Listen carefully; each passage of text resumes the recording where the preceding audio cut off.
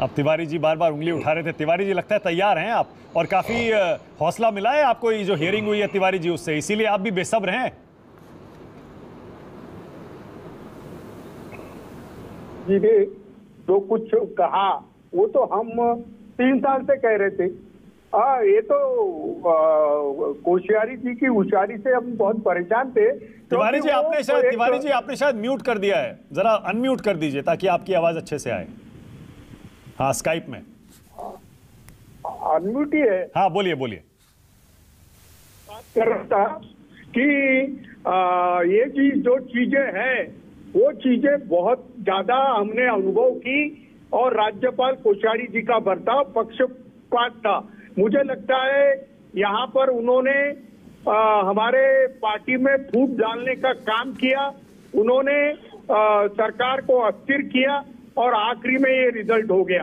अब चंद्रचूड़ जी ने जो कुछ भी कहा ये तो हमने खुले आरोप किए थे, लेकिन अब चंद्रचूड़ जी के जो जवाबदारियां थी वो उन्होंने पूरी नहीं की, ऐसा सुप्रीम कोर्ट कहता है।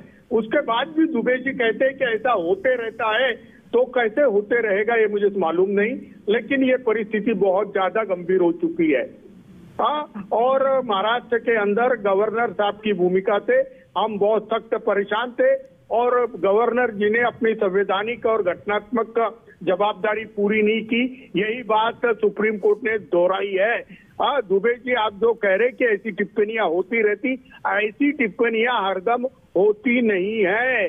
आप ये बात समझ लो, राज्यपाल जी ने हमारे पार्टी की फूट को बड़ा प्रोटेक्ट किया, प्रमोट किया, और इन्होंने फ्लोर टेस्ट नहीं की, इन्होंने उनको बुला लिया, और इन्होंने तो हमारे वो 12 जो हम एमएलसी अपॉइंट करते थे उनको भी उन्होंने नहीं किया था। उनका हरदम बर्ताव ऐसा पक्षपात पूर्ण था कि हम कुछ नहीं कर पाए।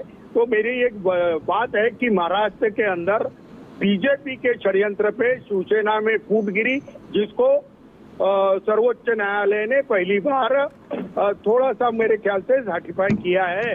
लेकिन मैं दुबे जी की इस बात से तो ओके, ऑलराइट, मतलब सुप्रीम कोर्ट का फैसला तो मानेंगे, क्योंकि आप कह रहे थे इलेक्शन कमीशन ने न्याय नहीं किया, गवर्नर ने न्याय नहीं किया।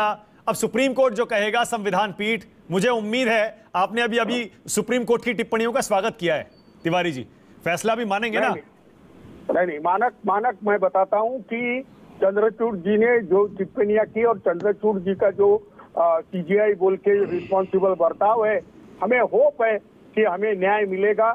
ऐसे फूट डालकर, ऐसे बांट कर फूट डालने के जो प्रकार हो रहे हैं उसमें तो दूसरी पार्टियों का अस्तित्व खतरे में आ जाएगा। ओके, दुबे जी आपका जवाब देना चाह रहे हैं, दुबे जी बोलिए।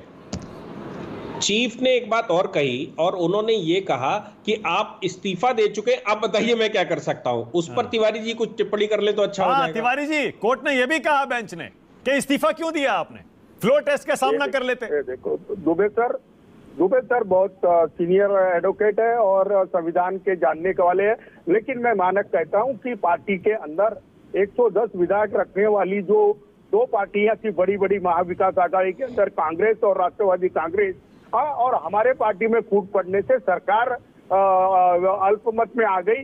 ये उन्होंने जो अज्यूम कर लिया था, इसीलिए हमारे सुप्रीम कोर्ट ने ये कहा कि उन्होंने पार्टिसिपेट किया है। दुबे जी, अगर गवर्नर पार्टिसिपेट कर ले सरकार गिराने में, तो इसकी रिस्पॉन्सिबिलिटी कोश्यारी जी ने आज भी लेनी चाहिए। Okay, alright.